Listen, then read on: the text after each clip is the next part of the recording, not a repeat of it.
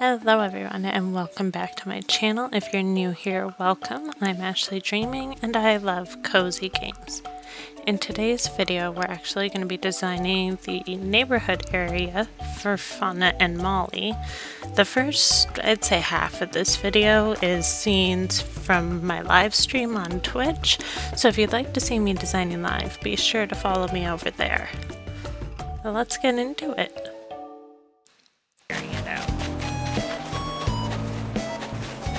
I could easily fit one here, but two is a little too tight of a fit because I'd like them to be a little spaced out. So then I was thinking I could do terraforming and maybe do one on the cliff and extend it kind of back here. This is what I was struggling with earlier before I gave up. I don't know what else I'd put down here if I don't do a small little neighborhood. But I need to start figuring out the neighborhoods because they're gonna take up a decent amount of space. I don't want to do everybody in one spot. I kind of want to separate them out.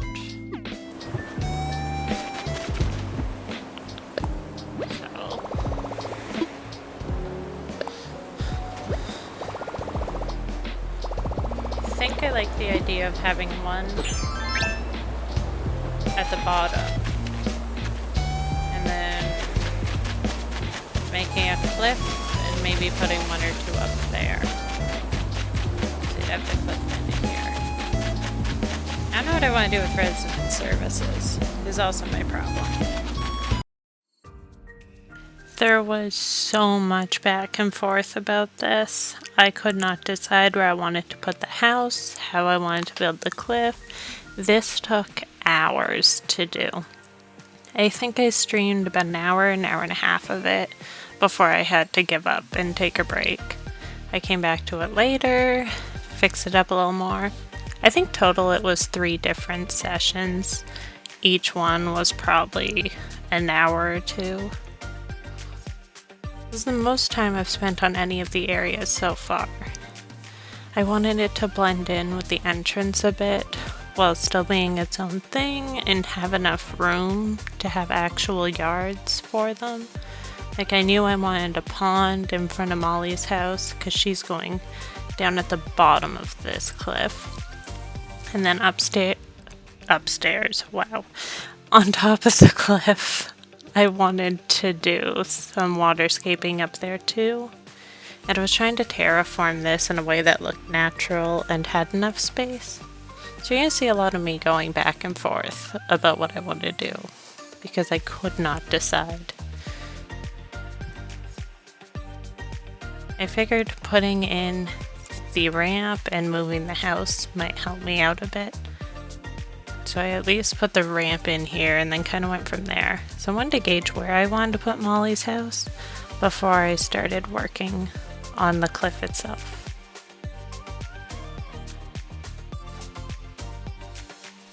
I didn't want to make it too big, but every time I thought it was big enough, I'd go to build the cliff on top and realize it's still too small to really do what I wanted to do.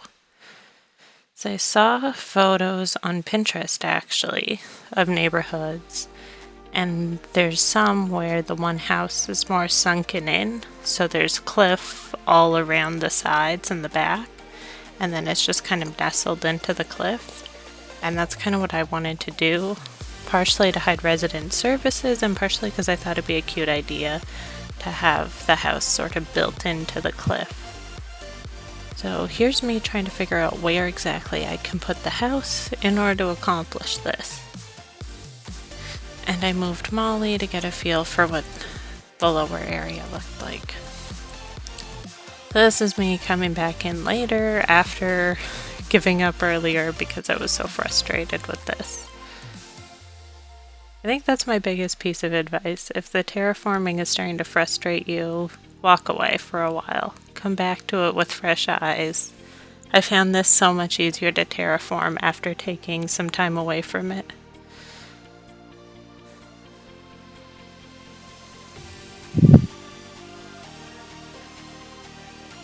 Now I'm trying to decide where I want the house. Because like I said, I know I want it nestled into the cliff, but I couldn't quite figure out how I wanted to do it. So originally I wasn't going to put it right in the cliff like this, but ultimately I decided I kind of like the way that looks. It's a little more tucked away. Now I know you can't actually do anything on this higher level, but I did want to have a little cliff here because I wanted to give a little more elevation to this build. I find they still look sometimes flat.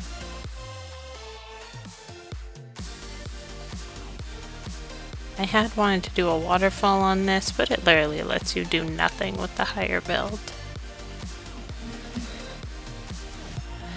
This waterscaping is another thing that took me so long to figure out what I wanted to do. I knew I wanted some waterfalls and a little river or lake, but I couldn't quite figure out how I wanted to do it and still have room for a path and decoration and all of that.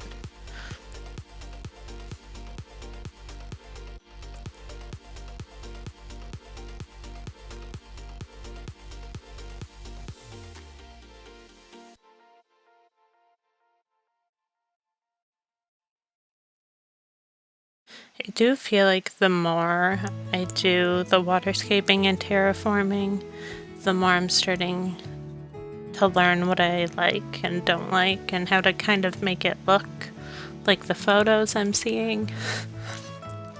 I spend a ridiculous amount of time on Pinterest looking for inspiration for this island, mostly for the terraforming because I find my island, I think this is the second time now. First time was the early stages, after unlocking everything, completing my island, and deciding I wanted to change it up a bit. This time was, one, because I wanted to change it, but also I wanted to improve on the terraforming and waterscaping because it's something I really struggle with, and there wasn't a lot of it on my island previously.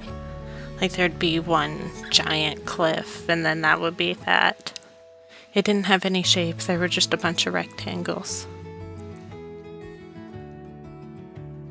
Now I'm trying to figure out Molly's pond. I didn't know if I wanted it to take up this whole area or just be a small pond. Ultimately, it ends up taking up the majority of the space. And I think that was for the best. I don't know what else I'd put here.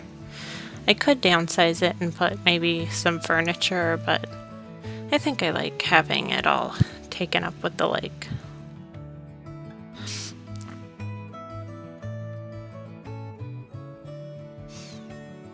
Then I was trying to figure out these stepping stones.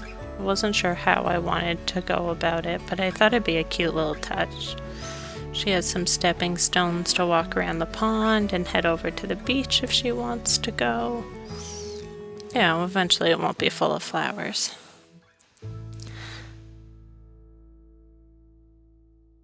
I had a hard time deciding on a dirt path. I start with this one that I already had, but I didn't really love the feel of it, so I spent a lot of time searching to find another one. I was actually looking for a specific one that I used on my other island before I reset it, and of course I didn't have that information saved anywhere, so I had to go to Pinterest and Google and everywhere else in the hopes that I would find it. Finally, I found one that's pretty similar, and you'll see me swap to it later, and I think I like it a lot better than this one, but there's also a darker version I saw somewhere that I might switch to, because I think the one I used might be too light. So when we get to it, I'd like your guys' opinion about it. The only path I know I love is that brick path that I use everywhere, and I need to stop using it so much. It's getting out of hand. Now I'm just going in, adding the flowers, some shrubs, and then I'll add a few decorations too.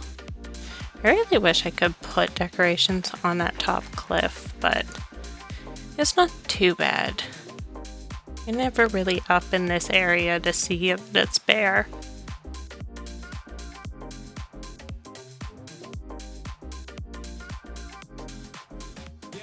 I also really love those little clovers on the ground, the little pattern. I guess they're leaves actually, but I use those a lot too. Partially just to add a little color, and also if I put them near flowers, they work the same as a clear path in that the flowers can't grow. So I have enough flowers, I don't need them getting out of control.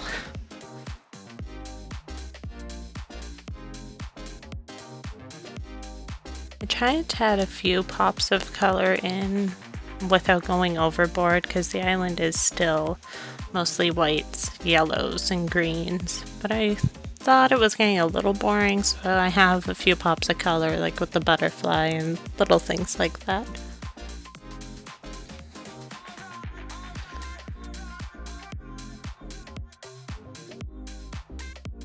Area is not fully complete here, but I thought I'd do a little tour.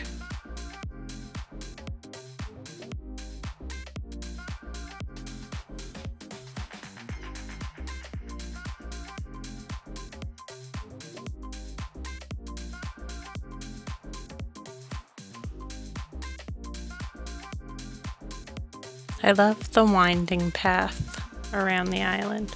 Oh, here is where I had a near heart attack.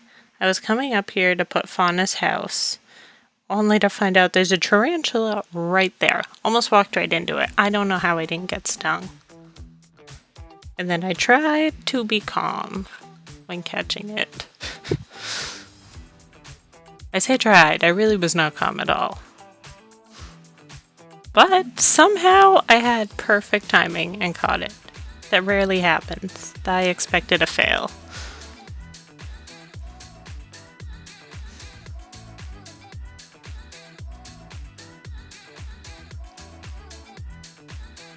I think this looks so cute nestled into the cliff.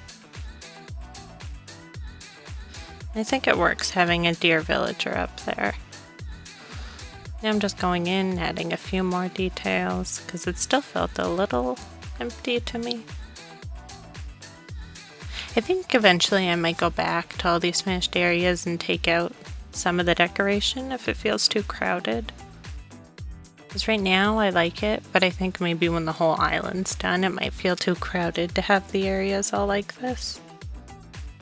I'm definitely going to have to put in some more bare areas. Maybe the transition areas can be a little less detailed. If I do every area super detailed, my island will not load. Like, I guarantee my Switch will not be able to handle it. Here's another little tour of the area. And then our daylight view. I really love the way this is coming together. I think it fits in well with the entrance too.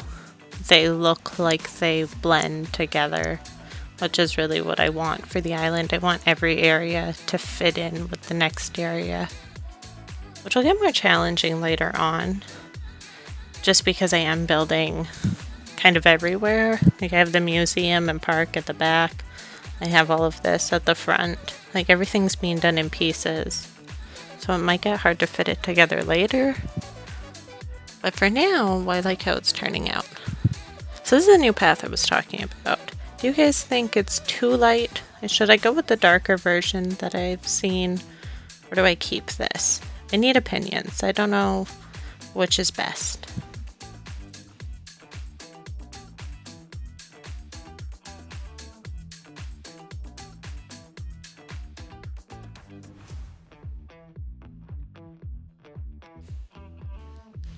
So this is the very first villager area. I don't know if I'll make them all this small. I might make one a little bigger, try to put 3 or 4 in the same area.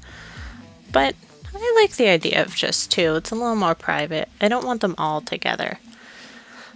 I just included a few screenshots from it. But I hope you all enjoyed. Thank you so much for watching. And if you haven't already, don't forget to like, comment, or subscribe. It means a lot to me. And please, if you have any feedback about the area, do let me know down in the comments. I hope you all have a lovely day.